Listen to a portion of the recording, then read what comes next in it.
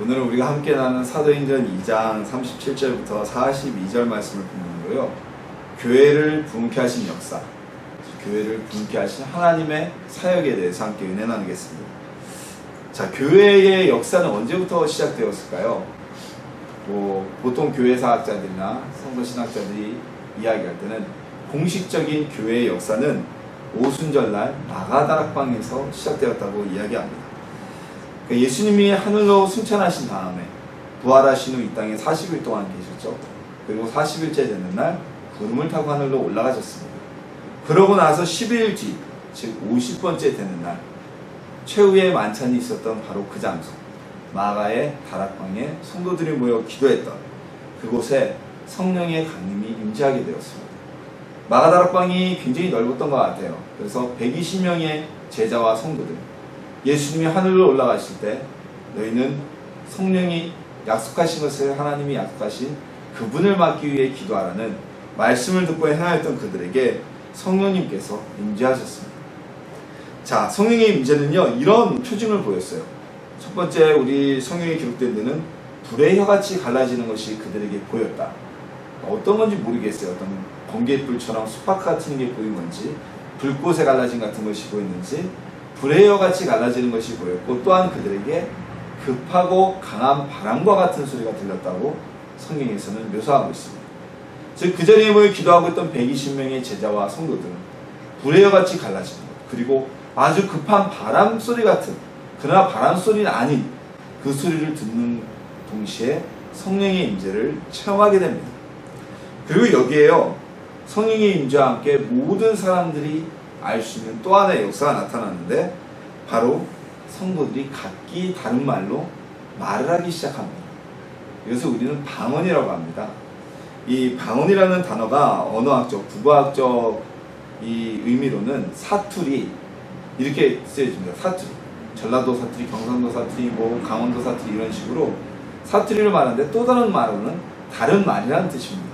그래서 성도들은 각기 다른 방언을 하기 시작했는데요, 이 소리는 때마침 절기를 지키기 위해 예루살렘 성전에 제사를 드리기에 와있던 유대의 역사는, 유대가 아수르 부강국 이스라엘이 아수르의 포로가 멸망하면서 많은 사람들이 흩어지게 됐고, 또한 남유대가 바벨론에 멸망하면서 많은 사람이 포로로 끌려가서 바벨론 땅에 정착했습니다. 그래서 이미 예수님 시대에도 소위 디아스포라라고 불리는 유대인들만의 공동체가 소아시아 곳곳에 세워져 있었어요. 그래서 여러 나라에서 와서 예루살렘에 하나님께 제사드리러 왔던 유대인이지만 팔레스타인 출신이 아닌 다른 나라에서 자라고 다른 언어를 말할 줄 알았던 그들, 그리고 성경에 보면 이방인임에도 유대교에 입교한 사람들, 그들이 마침 이 예루살렘에 와 있었는데, 성도들이 하는 말이, 방언이 그들에게 각자 자기 나라의 말로 들리기 시작하였습니다. 그리고 이 소리는 바로 예수님이 하나님의 아들이시며 우리의 죄를 사하시는 인류와 구세주가 되신다는 복음의 증거였던 것입니다. 바로 이 사건이요, 교회의 역사의 공식적인 시작이라고 봅니다. 구약시대도 여전히 성막이 있었고요, 성전이 있었어요. 근데 성막과 성전과 교회의 기능은 조금 차이가 있죠. 그러니까 성막과 성전은 교회가 가진 여러 가지 포괄적인 의미 중에 예배당, 즉 예배드리는 장소, 오늘 지금 우리가 예배드리는 이 에슬라무 쉼터교회 이 예배당에 대한 국한된 의미를 성막과 성전이 가지고 있다면, 교회의 의미는 단순히 예배드리는 장소가 아니라 그보다 더 큰 의미들을 가지고 있기 때문에 성막과 성전을 교회라고 보기에는 조금 무리가 있습니다. 어찌됐건 이 오순절 마가의 다락방에서 시작된 교회는요, 날마다 부흥을 거듭하게 됩니다. 일반적인 세상에 맞는 성장과 그리고 확장을 거듭하게 되는 것이죠. 그리고 오늘 우리가 읽은 본문의 말씀은 이 오순절에 있었던 성령의 강림이 일어난 직후에 일어난 대규모 회개의 사건을 기록하고 있습니다. 이 회개의 역사를 통해서 하루에 수천여의 사람이 예수님을 영접하고 예루살렘 교회의 성도가 되어졌습니다. 이후에도 예루살렘 교회는 날로 부흥해 갔고요, 이 부흥의 역사는 예루살렘 교회뿐만이 아니라 소아시아 각 도시로 교회가 성장하고 붕해 갔습니다. 오늘날에 이르러서는 전 세계 대부분의 국가에 하나님의 나라인 교회가 세워지고 복음이 전파되게 되었습니다.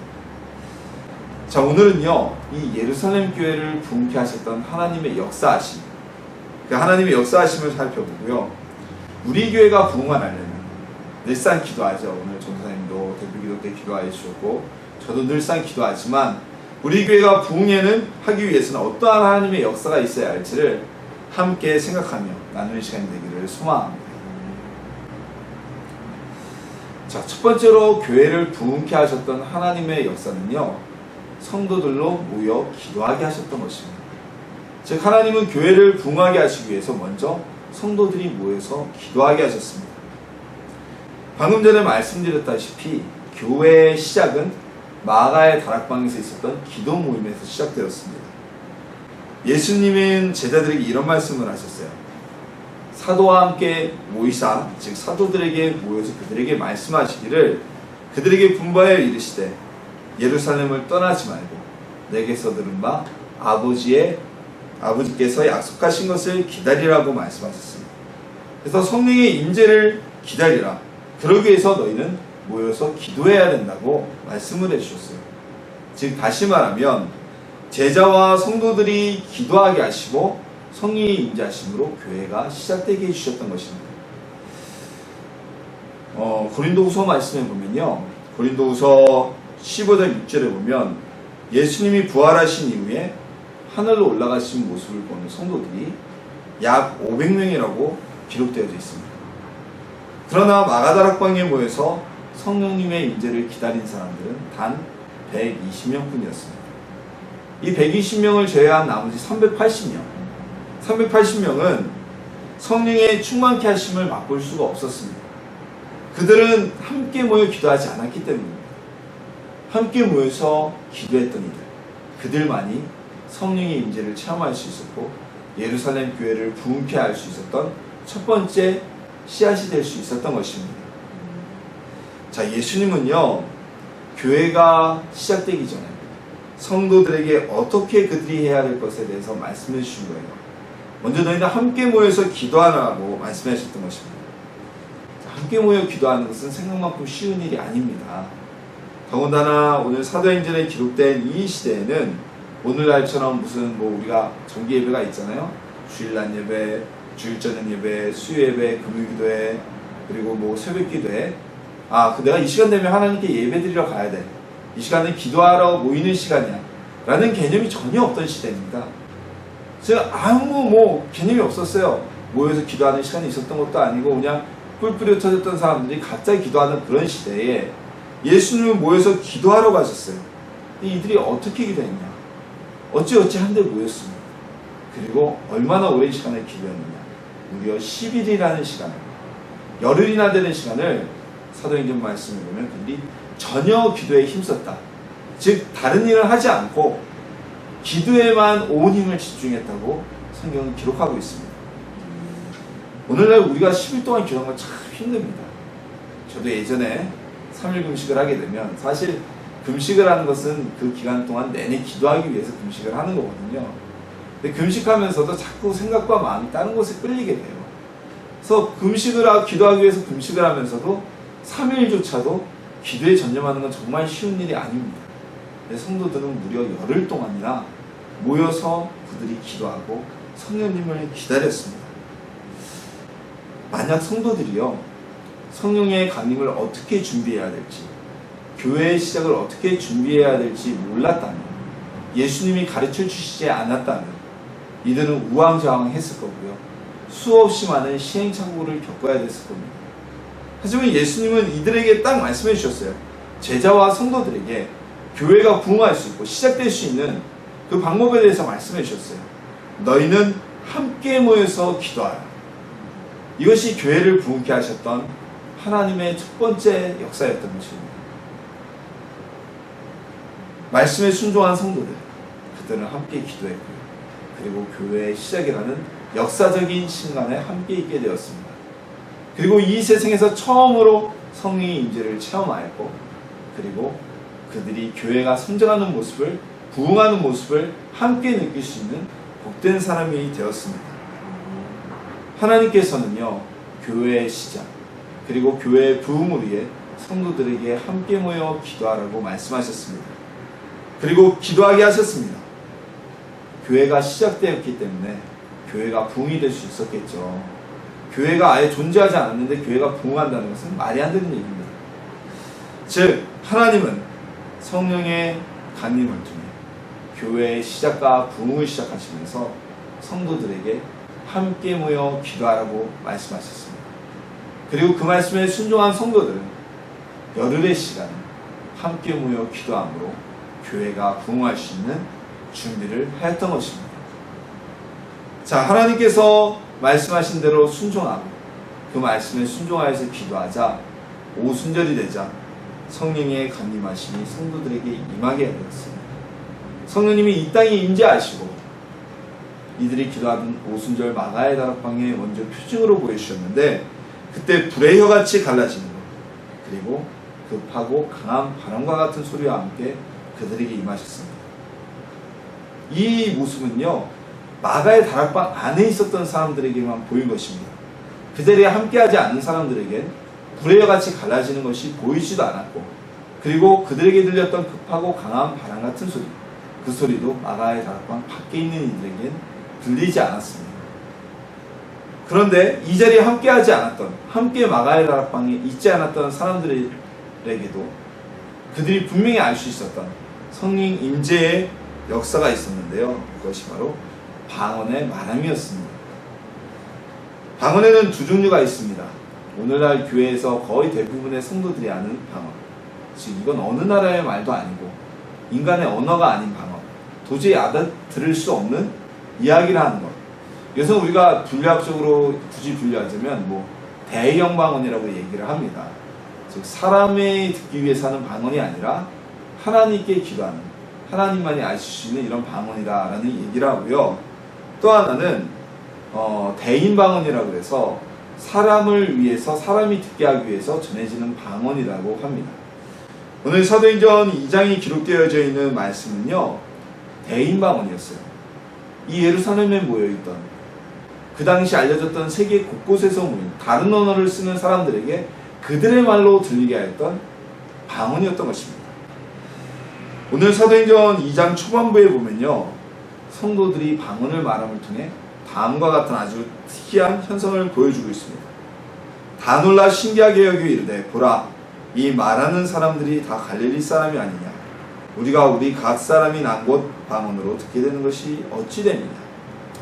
이 사람들은요, 전 세계 각지에 흩어져 살던 유대인들, 그리고 외국인으로서 유대인에 입교한 자들이었습니다. 오늘날에도요, 이스라엘 나라에 가면 공식 언어가 두 개입니다. 하나는 히브리어, 우리가 알듯이 히브리어가 이스라엘의 공식 언어고, 또 하나의 공용어는 영어입니다. 지금 팔레스타인 지역에 있는 이스라엘 국가가 설립될 때는 히브리어를 쓰는 이스라엘 사람이 거의 없었어요. 대부분 미국에서 왔거나 영국에서 왔거나 또는 러시아에서 왔거나 전 세계 곳곳의 나라에서 모여들은 유대인들이 예루살렘, 지금 팔레스타인의 땅에 정착해서 오늘의 이스라엘 국가를 건설하게 됩니다. 처음에는 그들의 언어가 통하지 않았으니까 자녀들을 통해서는 두 가지 공용어를 지정함으로 인해 말이 통하게, 영어가 공용어가 될 수밖에 없었던 것은 영어권의 유대인들이 많이 이주를 했기 때문에 공용어가 될 수밖에 없었던 것이에요.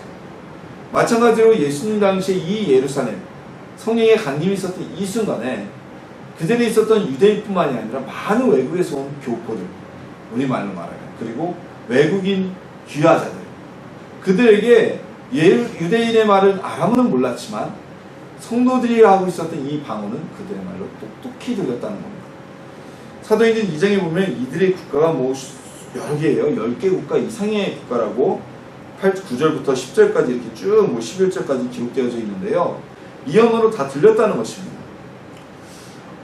지금으로 보면요, 이들이 그러면서 이렇게 얘기를 하죠. 저들이 갈릴리인이 아니냐.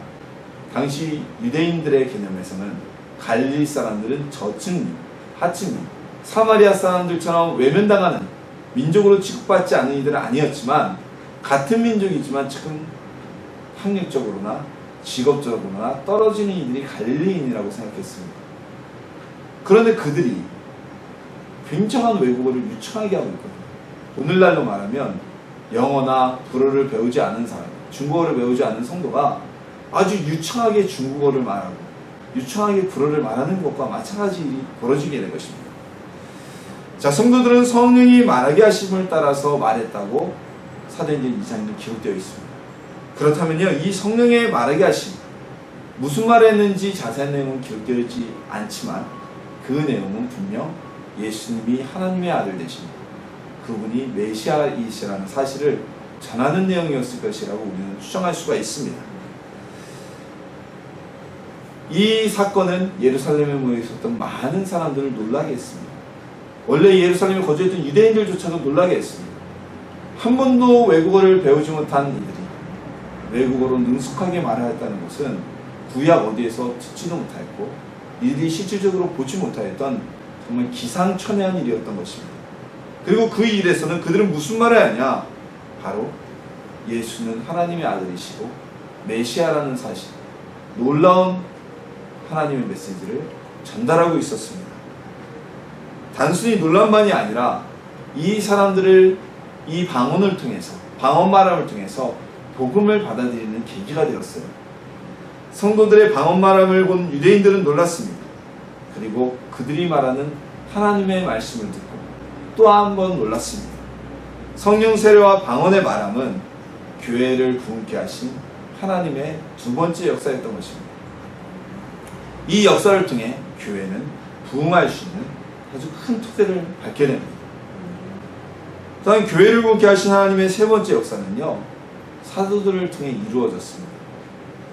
성도들의 방언 말함을 듣고 놀란 사람들은 그들에게 베드로는 복음을 선포하게 됩니다. 그들이 십자가에서 죽인 예수님이, 너희가 십자가에서 못 박아 죽인 그 예수가 구약의 선지자들을 통해 예언된 메시아이고 하나님의 아들이시다. 그를 믿어야만 우리는 구원을 얻게 된다라고 복음을 전했습니다. 자, 이것은요, 오늘날 교회에서 전해지는 설교와 아주 비슷한 형태였던 것이죠. 이 말씀을 들은, 베드로의 선포를 들은 유대인들이 가슴을 치며 통회하게 됩니다. 형제들아, 우리가 어찌할 하나님의 아들을 죽이고 하나님이 보내신 메시아를 죽였으니 우리가 어찌할 거라고 통회하였습니다. 이들에게 베드로는 다시 한번 전합니다. 너희가 회개하여 각각 예수 그리스도의 이름으로 침례를 받고 세례를 받고 죄사함을 받으라. 그리하면 성령을 선물로 받으리니 이 약속은 너희와 너희 자녀와 모든 먼데 사람 곧 주 우리 하나님이 얼마든지 부르시는 자들에게 하신 것이라고 구원의 방법을 가르치며 전하였습니다. 자, 이후에도요, 이 순간뿐만이 아니라 이 말씀을 들은 그 자리에 있던 유대인들이 2000여 명의 유대인들이 한순간에 회개하고 예루살렘 교회의 성도가 되었습니다. 그리고 이 이후에도 성도들은 사도의 가르침을 받아 신앙생활을 하였다고 성경은 기록하고 있습니다. 예루살렘 교회, 안디옥 교회, 데살로니가 교회, 그리고 오늘날에 세워진 모든 교회, 이 교회는 하나님의 교회입니다. 특별히 사도시대의 예루살렘, 안디옥, 데살로니가 교회 같은 교회들은 사도들의 가르침을 받아 부흥하였습니다. 때로는 안디옥 교회처럼 사도들이 없이 세워진 교회들도 있어요. 그렇다 할지라도 사도들의 가르침이 없이 부흥한 교회는 단 한 곳도 없었습니다. 안디옥의 교회가 사도들 없이 세워졌다는 소식을 듣고 사도들은 그곳에 바나바와 바울을 파송합니다. 그래서 바울 사도를 통해 안디옥 교회가 예수님의 말씀을 가르침을 받고 부흥할 수가 있었던 것이죠. 자, 그렇다면 사도들은 무엇을 가르쳤을까요? 바로 예수님이 하신 말씀인 케리그마, 그리고 그 말씀이 담고 있는 교훈인 디다케를 가르쳤다고 신학자들은 전하고 있습니다. 신학자들이 연구를 해보니까 그래요. 왜냐하면 사도들의 시대에 이 복음서가 쓰여지지 않았거든요, 거의. 자, 무엇이냐면 즉 예수님이 하셨던 사역들, 오늘날 복음서에 담겨진 내용들, 그리고 예수님이 하신 말씀, 그리고 예수님의 사역과 말씀이 담고 있는 교훈, 이것을 성도들에게 가르쳤던 것입니다. 오늘날 설교와 거의 동일한 형식이라고 보면 됩니다. 교회의 중요한 사역 중에 하나는요, 바로 양육사역입니다. 가르침의 사역이죠. 뭐 어떻게 살아야 된다 이것이 아니고 예수님의 말씀을 가르치는 사역입니다. 예수님의 말씀으로 영혼을 양육하는 사역입니다. 이것은 예수님도 이 땅에서 하셨던 예수님의 주요한 3대 사역 중에 하나였습니다. 사도들도요, 처음에는 가르침의 사역에 전념하지 않았지만 시간이 가면서 교회의 성도들을 챙기고 그리고 교회의 재정과 같은 잡다한 업무는 세워진 7 집사들에게 위임을 하게 되고 이들은 오로지 말씀을 가르치는 사역과 기도에만 전념하였습니다. 그리고 성도들은 다른 교훈이 아니라 사도들의 가르침을 받아 서로 교제하며 신앙이 성장할 수가 있었습니다. 자, 오늘날에는요, 꼭 담임 목사, 담임 전도사가 아니더라도 여러 교육로를 통해 우리가 예수님의 말씀에 대한 가르침을 받을 수가 있습니다. 여러 출판사에서 큐티집들 그리고 말씀 공부에 대한 서적들이 출판되고 있고요. 그리고 저희 집에서도 TV 채널을 켜면 제가 기억하기로도 기독교 방송 채널만 3개 이상이 나오는 것 같아요. 그리고 각각 기독교 방송의 가장 많은 콘텐츠는 뭐 방송 설교입니다. 설교 콘텐츠가 제일 많아요. 자, 이런 시대에 과연 사도들의 가르침을 받아 교회가 부흥했다는 이야기가 적절할까요? 라는 의문이 들 수도 있어요. 그렇죠. 그러나 오늘날에도요, 역시 사도들의 가르침을 받아 교회는 성장합니다. 명밀하게 얘기하면 오늘날에는 사도는 없습니다. 사도라고 얘기할 수 있는, 사도라고 호칭받을 수 있는 이들은 예수님의 제자였던 12명과 그리고 사도 바울까지입니다. 그들의 제자였던 디모데 이런 사람들조차도 속사도 교부라 그런지 사도라는 명칭을 쓰지 않습니다. 지금은요, 사도가 아니라 목회자들이 교회에서 우리 성도님들을 양육하고 예수님의 하나님의 말씀을 가르치고 있죠. 오늘 본문에서 교회가 사도들의 가르침을 받아 성장하게 되었다는 것은 다른 사도가 아닌 내 교회에서 가르쳐주는 목회자의 말씀을 통해 교회가 성장하게 되었다는 것입니다. 이 사도행전 시대에 유대에는 사도들보다 똘똘하고 성경을 잘 알고 많이 배운 사람들이 엄청 많았습니다. 베드로가 말을 할 때, 베드로와 제자들이 말을 할 때 사람들이 그러죠. 바리새인들이. 저 무식한 자들이, 무학한 자들이 어떻게 저리 하나님의 말씀을 전할 수 있는가. 베드로는 어부였어요. 당시대 어부면은 공부를 많이 하지 않았습니다. 바울처럼 아주 뛰어나게 대단한 학식을 가진 이들도 있었지만 대부분의 사도들은 그렇게 아주 뛰어난 학식까지는 가지지 못했습니다. 그럼에도 불구하고 성도들은 바리새인입니다. 가말리엘이나 이들의 가르침을 받는 것이 아니라 사도들의 가르침을 받았다는 것입니다. 자, 우리나라에도 수많은 교회들이 있습니다. 모든 교회들은요, 다 하나님의 나라입니다. 그리고 예수님의 신부된 교회입니다. 똑같은 위치에 있습니다. 큰 교회나 작은 교회나 다 하나님의 나라이고 예수님의 신부된 교회이고 그리스도의 몸입니다. 하지만 각 교회가 처해 있는 상황 그리고 각 교회에 구성하고 있는 성도들의 구성은, 삶의 자리는 다 틀립니다. 자, 그렇다면 그 교회의 상황과 성도들에게 가장 맞는 메시지를 전할 수 있는 사람이 누구겠습니까? 그건 바로 그 교회를 담당하고 있는 담임 목회자인 것입니다. 그래서 다른 교회 목회자의 말씀이 우리 교회에 꼭 맞다고 말할 수가 없는 거예요. 그 목회자는 그 교회의 상황에 가장 맞는 메시지를 전하고 있는 것입니다. 자, 이런 점에서 우리가 많은 신앙 선역을 읽고 방송 설교를 들음으로 인해서 내 신앙에 도움을 받을 수 있는 것은 사실이지만 그것들이 우리 교회를 부흥케 하는 요소가 될 수는 없다는 것입니다. 또한 목회자 역시요, 설교를 하고 하나님 말씀을 전할 때 오로지 하나님의 말씀만을 전해야지 자신의 생각을 전하거나 또는 내가 무슨 신학 박사야, 내가 상담학 박사야, 그래서 자기가 가지고 있는 지식을 자랑하려고 해서는 안 되죠.